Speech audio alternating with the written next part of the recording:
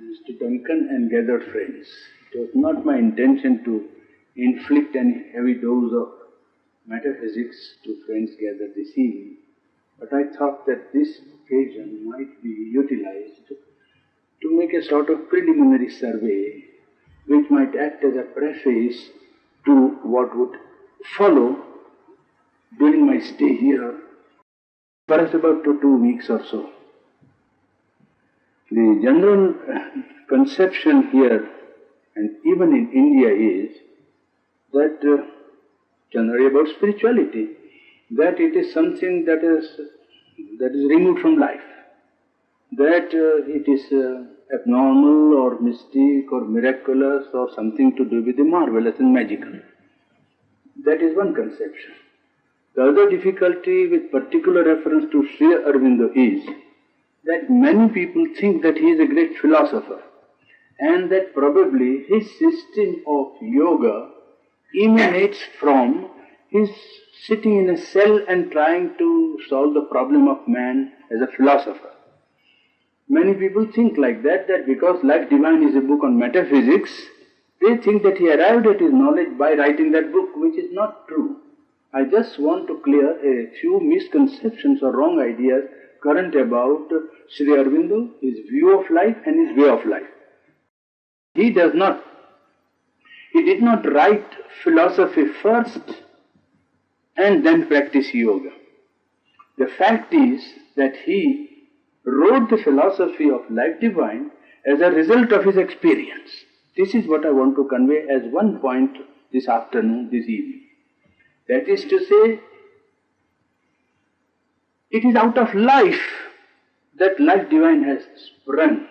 Life Divine is not something thrust on life from the abstract region of human intellect. It is something that has come out from life. And I must make a little divergence to show to you how it is something that has sprung from life. His father was an anglicized medical man with a degree from England, and when he visited England, Aurobindo's father thought that ideal man in the Victorian age, that was ideal, you see, was to be an Englishman, you see. And so he decided on his return to India to bring up all his children perfectly as Englishmen. And so from the birth of Sri Aurobindo, he employed an English governess in his house so that he may be brought up completely in ignorance of everything Indian and completely in the atmosphere of England. That was his attitude and that was his aim. He was put in the school at Darjeeling at 5, where only English boys were admitted, military people and people of medical service and higher educational services. Then after 2 years, at the age of 7, his father took him to England. So from 7 to 21, he was in England completely ignorant of everything Indian religion, society, even Bengali language, his own mother tongue. He didn't know anything. Well, he knew only English, which was his mother tongue, which remained his mother tongue almost to the last. Well, for 14 years he was in England, and he happened to be very clever, versatile in his capacity to grasp subjects which were being taught to students. He scored marks, record marks in Latin and Greek, wrote verses in Latin and Greek in English language, wrote poetry, and even as a student he stood so high that he was given a scholarship from St. Paul's High School to go to King's College, Cambridge, which is a government college and government scholarship. That was the eminence of his intellect as a student. And in King's College, Cambridge, he secured also again prizes in Greek and Latin iambics, also in history and many other subjects. He was also elected to the ICS, the chosen service of the British young people at that time who were sent out on covenanted service to Indian continent. During all this period, he imbibed everything that European culture had to give, especially Greek and Latin, which happened to be the source of European culture of today. And he dived deep into English literature, French literature, German, Italian, Spanish and Portuguese. He knew these languages only to read the literature in the original. With this equipment, at the age of 16 or 17, he got into an idea of freedom of India, even in England. They started Indian Majlis, a society of Indian students in England. And in that society, they tried to advocate freedom of India. And his name was reported as one who was very strongly in favor of a free India and therefore not very fit for the covenanted Indian civil service. He was left out, and he purposely did not appear in the riding test, which was compulsory in those days for anybody appearing for the Indian civil service. He came back to India after not appearing for the riding test. He was disqualified, not selected, that is to say, for the ICS. And when he came back to India, the problem of Indian freedom attracted him more than anything else. But he knew that when he came back to India, he must know something about India. So he began to study Bengali, Sanskrit, Gujarati, Marathi and Hindi, which he knew. And in his acquaintance with the Sanskrit language, he came across yogic literature in the Veda, Upanishad and the Gita. That attracted his attention. He thought that there was something very practical which could be of use to man in his development. So he took up yoga seriously, just as a side activity when he was vice principal of the Baroda College in the western coast of Bombay Presidency. But the problem of Indian freedom was the mastering passion of his life at that time. So he jumped into Indian politics without openly taking part, because government servants, even states, could not take part in politics openly. But every vacation he visited Bengal and gathered young groups of young people and tried to induce them to join nationalist movement to free India. That is how his whole psychology worked at that time.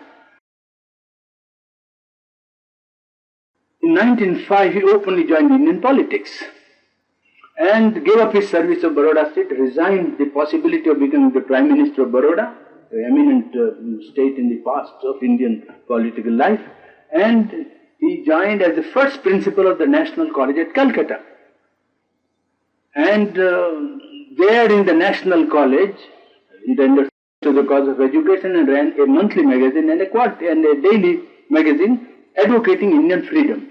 Now this contribution to Indian politics is one of his great contributions from life. I was trying to tell you that his yoga did not come from sitting in his room as a philosopher and thinking of problems of life.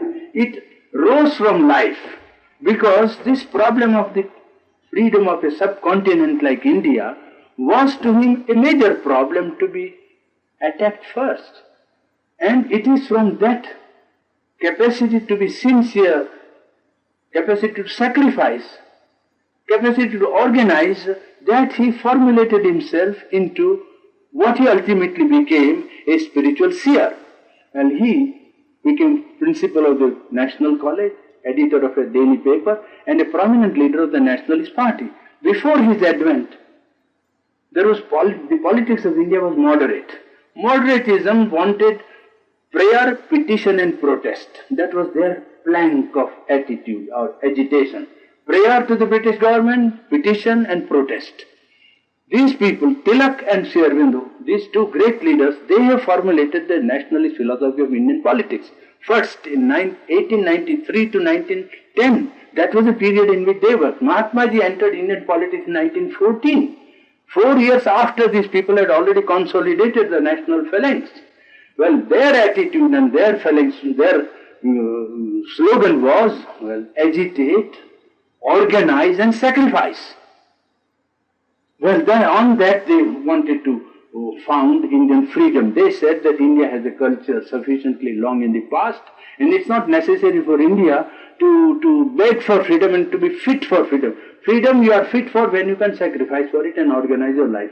There is no other qualification for freedom. Nations are not made fit by going to school. They are made fit by feeling that they want to be fit. And India has created empires, literatures, standards of life, philosophies, systems of social life, systems of morality, systems of philosophy. It's not necessary for you to learn that somebody is fit to learn what is freedom. They have formulated empires and run vast territories and given something to the world from whatever they were capable of at that time in the epoch of human history. He was implicated in Alipur bomb case. Bomb was thrown on somebody and he was implicated as one who must have something to do with it. Therefore he was under trial for 1 year. Alipur case is a famous case in the history of Indian legal profession. It is one of the outstanding cases in the legal history. There, during 1 year of solitary confinement, because all the revolutionaries were solitarily confined to separate cells, not allowed to meet each other. So during 1 year of solitary confinement, he found the opportunity of practicing yoga. And it is there that became the turning point of his life. Now, how the first experience of spiritual life came to him? He was at Baroda after the famous Surat Congress, where the moderates and extremists came to blows.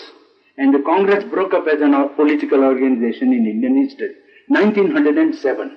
That was a historical session in the political history of India, where the moderates and the nationalists came to blows and the whole Congress organization was broken up. Sri Aurobindo came to Baroda from Surat. And there he felt that this political agitation should be supported by some spiritual force. Otherwise, it is too human and takes too much of the man's consciousness into realms in which he has first to enter conflict, and then personalities and small-mindedness enters into the movement of political life. And he wanted to retain a free background of consciousness even while he was engaged in Indian politics. So he asked his brother if any yogi was there who could come and give him some guidance about how to do this politics without getting involved. Well, they found one, Vishnu Bhaskar Lele, a Marathi gentleman who came and told him that if you withdraw for a few days, I will try to help you and do something for you. Well, they retired into politics because Congress was already broken, there was not much work to do. So in Baroda he retired for 3 days into the house of a friend of mine. He was a big zamindar, landowner. And there they practiced yoga. And he asked him to make his mind silent. He said, do not think any thought and do not allow any thought to enter your mind. Well, this is a very difficult practice for ordinary men to do. But his concentration and I think aspiration was so strong that he succeeded in 1 day to make his mind vacant. And then that was an experience which suddenly opened out a vast, infinite background of silent infinity to him. And he felt the silent infinity pervading all things that he could see, sense, think. Everything that was seen, everything that was sensed, human beings, nature, cosmos, everything was pervaded. It was pickled into, so to say, a sort of silent infinite consciousness. And that became a very great experience in his life. His mind had stopped thinking. It had become completely vacant, not at all interested in human thought. He was called upon while he was going from Baroda to Bombay to address a political meeting. So he told Lele, look here, my mind has become completely vacant. I have nothing in my mind. What shall I speak? So Lele told him, well, I think you better go to the meeting anyway, and I will be with you, and we will pray, and you also pray at that time, that something may be given to you to speak. Well, he went to the meeting. This is recorded. Those speeches are there in print now. It is not that it is subsequently made a affair. I was one of those who attended one of these meetings in Baroda itself. I myself took part in the revolutionary movement as one of his lieutenants. Well, so he went to Bombay and stood in the meeting without any thought in his mind, and suddenly he found that a voice began to speak into him. That was the second characteristic experience that came to him. First was a silent infinite consciousness. The second was a dynamic movement from some source which was not intellectual or vital. Something, and the speech was very cogent in a sense. So these two things he got. And then he thought, well, this might serve some purpose in political life. And so long as he was in politics, he carried on these activities with a mixture sometimes of his mind, sometimes of political resolutions that were passed by the Congress, and very often by the guidance that was given to him. First, retaining of the silent consciousness, and then the dynamic movement that came and acted in him, now and then interrupted him. Well, then the case, Alipur bomb case came in 1909. This was 1907, first week of 1908, these two experiences. 1907 December, the silent infinite consciousness. 1908 January, Well, the experience of a dynamic movement in consciousness. 99 in jail, 1 year, full 1 year, 1 year and 1 day. He was in jail, and there he practiced this yoga again with Gita and Upanishad only as his guide. And suddenly he got an experience which was really the turning point of his life. He got the experience of an omnipresent reality. Of that he spoke in 1909 March after his release from, because he was acquitted. The charge could not be proved of his being implicated in the Alipur bomb case. Therefore he was acquitted. And after acquittal, 1 month after acquittal, he spoke about it in Uttarpara speech. It is the famous Uttarpara speech. Well, there he gave expression to his experience, which some of you who are interested can read for yourself to know in his own words what is the nature of that experience. He had the habit of being a great ICS man who knew the Indian law much better than many barristers. He had the habit of giving instruction to his lawyer during the case. The case was going on and he used to write slips of paper and give it to his barrister. To see that this is legal point, this is legal, please attend to this point and so on. Well, that day after that experience when he went to the court, he was thinking, shall I suggest to him this point? Then this experience came in the court and told him, look at the magistrate. So he looked at the magistrate. And then he saw that magistrate was not there. The omnipresent reality was there. Then he said, look at the barrister. He looked at the barrister. And C.R. Das, who was his defendant, the famous political leader, who became lieutenant to Mahatma Gandhi, after a very great figure in Indian politics. Chittaranjan, you see, the city of Chittaranjan is named after him. He was one of the great political leaders. He was his defendant in the Alipur bomb case, you see, and he was his barrister. So he looked at it. He said there was no Das. The omnipresent reality was present and said, so you see, who is conducting the case and who is going to guard? You don't worry about giving notes to your barrister. It is I who will bring you out. These are there in his own words. So that became a very concrete experience. When he went to the jail in his cell, he saw that there was a neem tree, and usually used to walk under the neem tree. So he looked at the neem tree and saw that it was Narayana, that was the omnipresent reality was shading him from the sun. And he looked at the prisoners of the jail, you see, and saw that they were not the criminals, but behind the outer mask of the criminal, the omnipresent reality was there. And the very walls that kept him in the cell were the walls, omnipresent reality standing there almost on guard on him. That became turning point of his life. He thought that this could not be his own experience, meant only for him as a very gifted, special individual. He was so humble. I have never seen a more reticent and a more, a gentleman who never. I have talked to him for about 40 years, so I can tell you that very often in evening talks when we are sitting, it would be very hard to come across the word I. I used to count. I had the habit of marking all these evening talks which I published ultimately. You see, I used to mark and used to see. During talks and days, there would be no I in the whole talk. It was the most wonderful thing. Well, so he thought that this is given to him for some purpose. This can't be his own personal property to make him very great, which he already was. But he thought this must have some significance for human beings, for humanity. And before he thought of doing anything with his experience, he wanted to constant. How would man's consciousness change?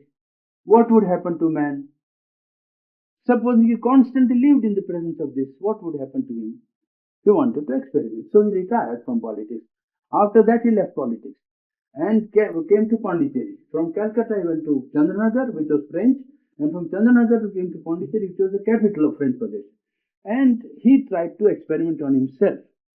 And then when he had formulated all the results on himself and a few others who were willing to take his guidance, then he formulated his philosophy. I'm just trying to tell you how Life Divine came to be written. That's the point on which I started the evening talk. And I just want to bring you to the understanding that it has risen It is a result of something that happened to life and something from life that was given to him.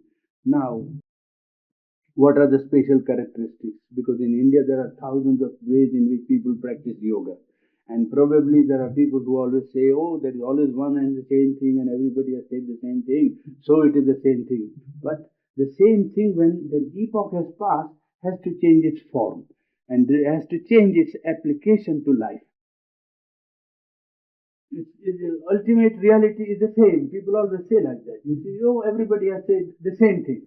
But you see, 2000 years back, one could not have thought of modern problems. It's very difficult to have a complex picture of modern society, modern international life, or economic life, or the cultural life of today, the thoughts that occupy man today, the way in which man communicates so easily with each other, nations and individuals.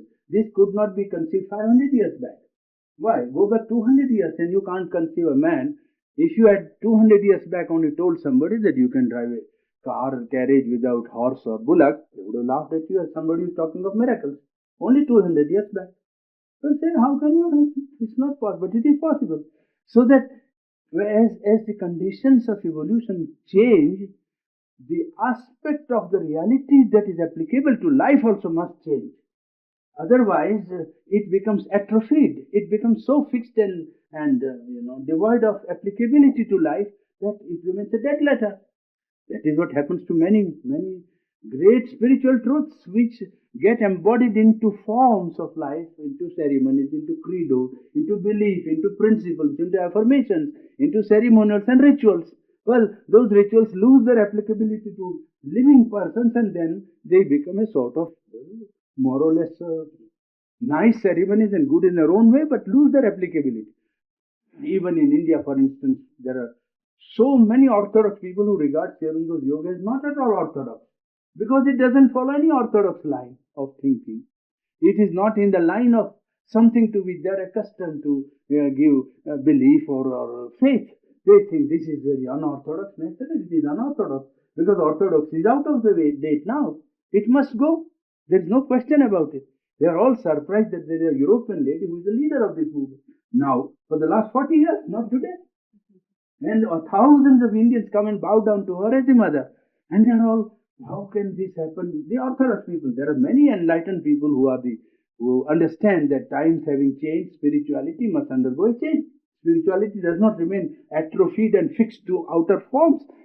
Really speaking, the kernel of religious life is the religious impulse in man, not the forms which religion has taken. Forms can never remain fixed.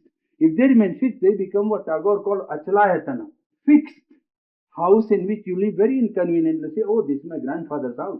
Oh, it is wonderful, it is marvelous, it is very strong. And you are put to inconveniences every minute. And you say, but, oh, it is my grandfather. Well, it is all right, but we don't object to it, but it is very inconvenient. That is the only difficulty with it. Well, the inner kernel of religion is experience. Forms are the social application of religious truth. The founder of religion wanted people to realize something, to experience something, not merely to believe, say, affirm, and go through ceremonials. Ceremonials were only steps intended to lead to an experience, a concrete experience. Religion and religious impulse means experience. Should mean experience if it is to be true. Well, then all the other aspect of religion is social. It is good. It was intended to leave a collectivity which affirmed the same, affiliation to one great truth, to lead them all to one great goal.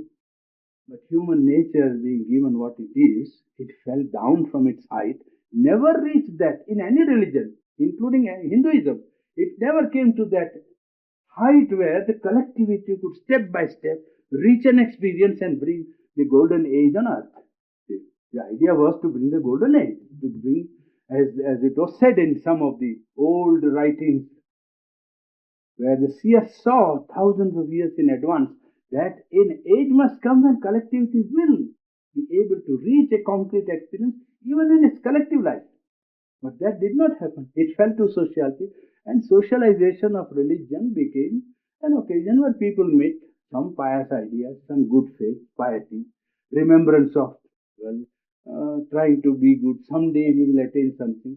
a remembrance of some hope of advancement in the future, perhaps a possibility that we should be good. It is what Sri Aurobindo called in one of his writings an innocent indulgence, more or less, if not a recreation for some. I'm sorry, but that is what I have found myself. It is a kind of recreation. So it is people go there and say, well, we'll meet 100 people. If you have to go to see 100 people, you have to go to 100 places. But here you meet them all at once. And it is an advantage in this. And then can talk all kinds of things that have nothing to do with religious life. I mean, with all the deference to all forms, including Hinduism. You see, they have devotional songs in India, Bhakti, Kirtan. 500 of them singing. So one day somebody took me there. It was Surat. No, you come there. I said, I am not interested. Please don't. No, you come. He was a good friend of mine. Sikkim. I went there. And to my most utter sorrow, not one man was thinking of God. Will you believe? 500 people were shouting at the top of their voice. Not one. Somebody had an idea, very nice lights are put up. Another was thinking of the harmonium. Third was thinking of the flower. Fourth was thinking from where this musician has come. Then they were all, and half a dozen were talking who has dressed how. And so they're absolutely irrelevant. I mean, nothing to do with religion at all. Nothing to do with devotion. I mean, peace and purity is the last thing that you expect in a group that wants to do something for higher life. There was neither peace nor purity. I'm so sorry. Well, this is what has happened to all outer religious forms. Religion is the impulse to religion has a truth in human life. It is not superstition, which some of the agnostics, the advanced so-called scientists, the practical utilitarian mind of today, which is turned to science as the highest achievement of human consciousness, wants to tell us. But religious impulse has a truth because it has a basis in human nature. It is not merely something foisted upon human nature.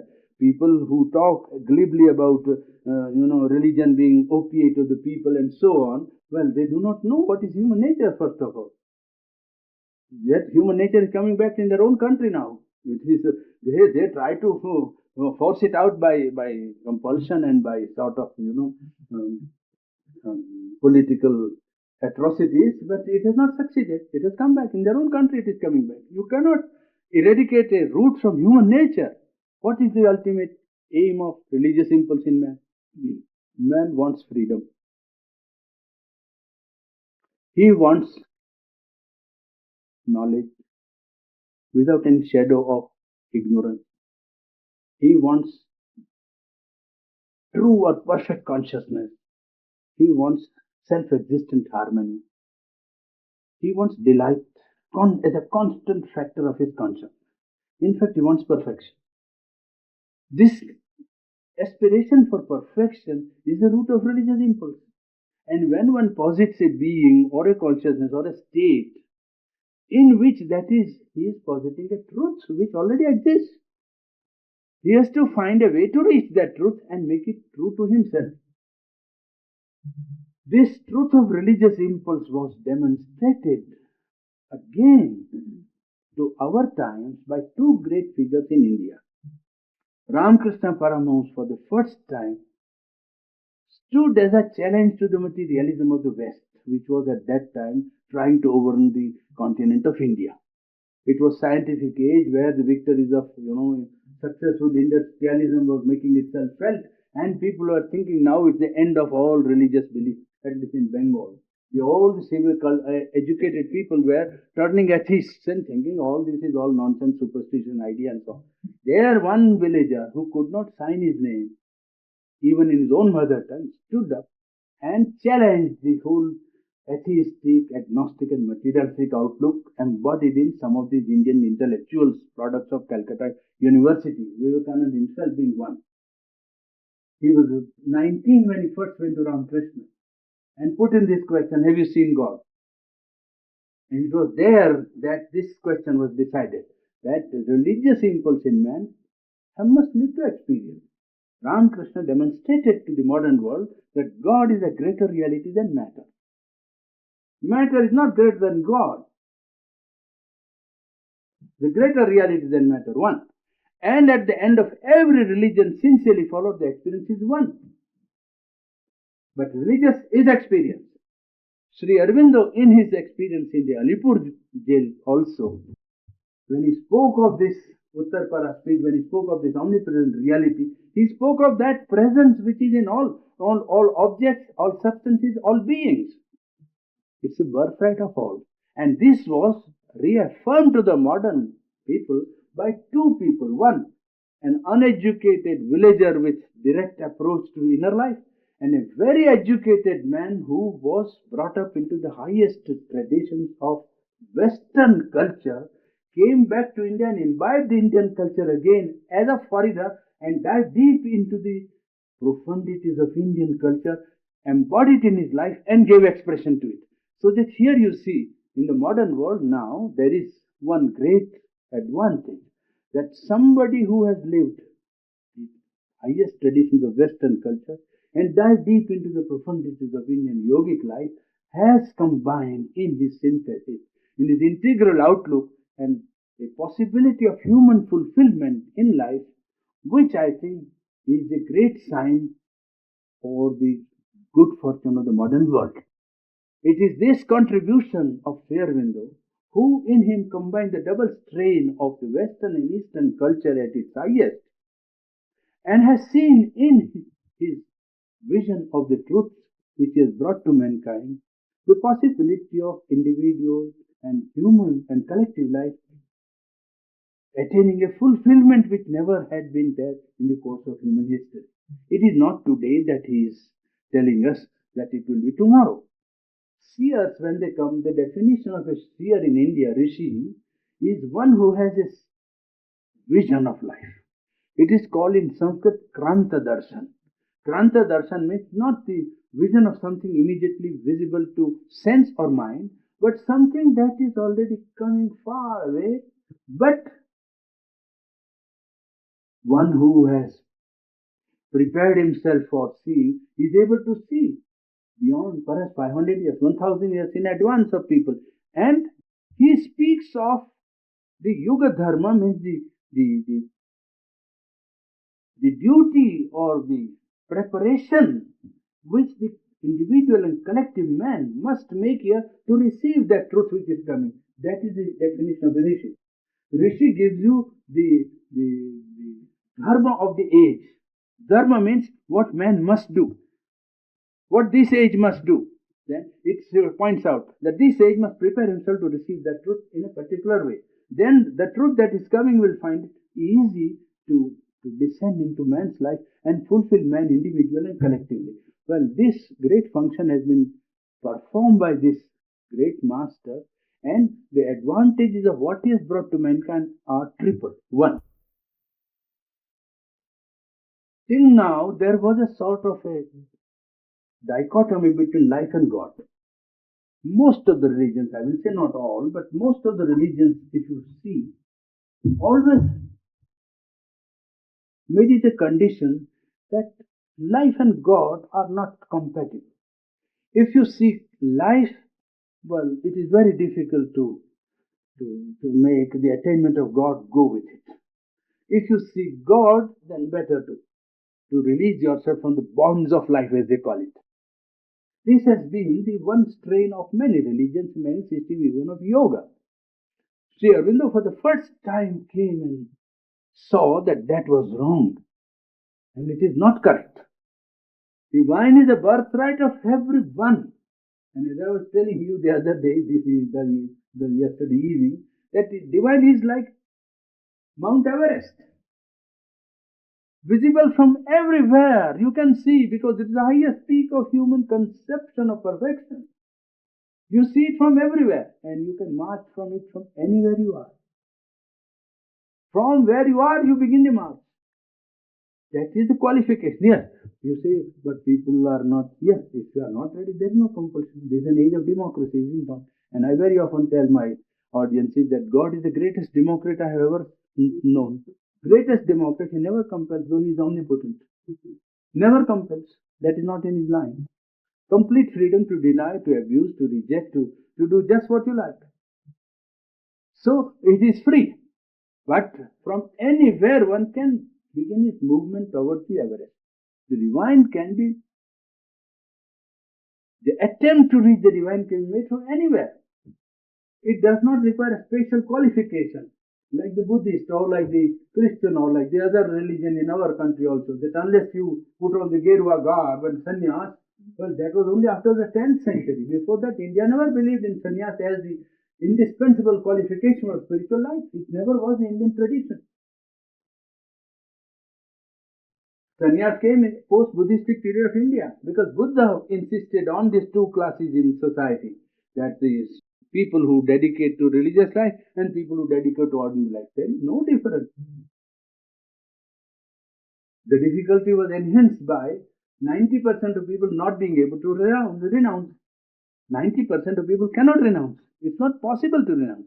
First of all, whether it is desirable, that's another philosophical problem. We leave aside that more important problem, whether it is necessary to renounce and why it should be necessary to renounce to reach God. But that is philosophical. Apart from it, the practical aspect of it is that 90% of people cannot renounce. And 10% to renounce, only renounce externally. And Gita says clearly that external renunciation is not real renunciation. Real renunciation is inside. Now these 10% who renounce always believe that they have almost reached the goal. And 90% who cannot fulfill those conditions, we are not qualified. So automatically the aspiration in the human consciousness does not rise to a pitch which it can rise in ordinary life if they are made to understand that there is no disqualification. Life comes from God and it should be natural for it one day to return. If not, if men are interested, you see, in fulfilling desires, ambition, ego, selfishness, greed and so on, well, it is free to them to devote themselves to it. But if one decides that reaching a spiritual truth, a reality is his goal, well then that is a qualification, whether our face is turned toward the Everest or is against it. Whether we move with our face toward the Everest or whether we move in life with our face against, that's all. If the face is turned against the Everest, we have to retrace our steps. Nobody even then is disqualified. There is no permanent disqualification in spiritual life. So you only to decide, each one has to decide whether he wants to take up the pursuit of truth, pursuit of reality, pursuit of realizing God. Well, if he does, then he can begin from where he is. This is one great thing which Yamno pointed out. The second thing was that many roads that were attempted were partial. And he showed that the fulfillment of man in the spiritual consciousness must be total. No instrument of man must be left out in the scheme of perfection. Intellect, emotional being, vital being, willpower, outer life, nervous system, physical body. All the parts of human organism are qualified for participation in an ultimate fulfillment. That was the second great thing which he gave. The third thing that he gave was that spiritual consciousness has very intimate connection with life. And it is in life that it must manifest itself. It is not away from life that spirituality is to be attempted and attained. Spirituality has to be attempted and attained in life. First, what makes an attempt to use life as a stepping stone to reach the truth? When the truth is reached, he uses life to bring the light of the truth, the purity of the truth, the power of the truth, the consciousness of the truth in life. Because it is meant to come into life. Otherwise, what is the meaning of somebody in the Upanishad saying, Ishavasyam idam sarum yatkincha jagatyam jagat? All this is for habitation by the Lord. Whatever I see before me, a movement in the vast cosmic movement. Or when somebody said, let thy kingdom come on earth as it is in heaven. What was intended? It was intended that the perfection that is divine should come into human life. The life is the mold in which this perfection has to manifest itself. And life can be used as a means to reach this perfection. The fourth point that he made out was the experience that came to him on the 24th of November 1926. Three experiences I recounted to you. The silent infinite consciousness given by Lele. The second, dynamic aspect of the truth. The third was the experience of the concrete experience of an omnipresent reality, and the fourth was the descent of this reality into human nature. That took place in November 24th, 1926, in his own life. And I was one of the 24 people who happened to be present. And it was an experience in which one could say that something that happened was not meant for the people that were sitting there. It was not for the 24 that it was intended. It is as it were when something first happens, it happens perhaps to a few people. When first people use the, going out into space, perhaps there was one man who went. And now about half a dozen say, no, we also can go. And after some time, somebody will say, let us go to the moon, have a picnic on Saturday and come back on Sunday or Monday morning. You see, so the first man who does is perhaps half a dozen, 10 or 15 or 20. This descent that took place was symbolic of the possibility of what can happen to human beings and human collectivity. It was, in that sense, something that had a great significance for mankind. And it is because of that that we believe that humanity has a great hope. People, whenever I go out of India, at least have a very great depression and, sort of a pessimistic outlook towards life. In fact, at Stanford, there was somebody, one boy of the class, Professor Spiegelberg was there, and he suddenly got up. I was explaining some metaphysical point. He asked me something, so I was explaining on board something. And I told him that matter is there, life is there, and mind is there. Each one is infinite or something. I don't know what I was talking. Anyway, the boy got up and said, all this talk is all right, sir, but you see, when one atom bomb comes and we are all gone and destroyed, what is this mind?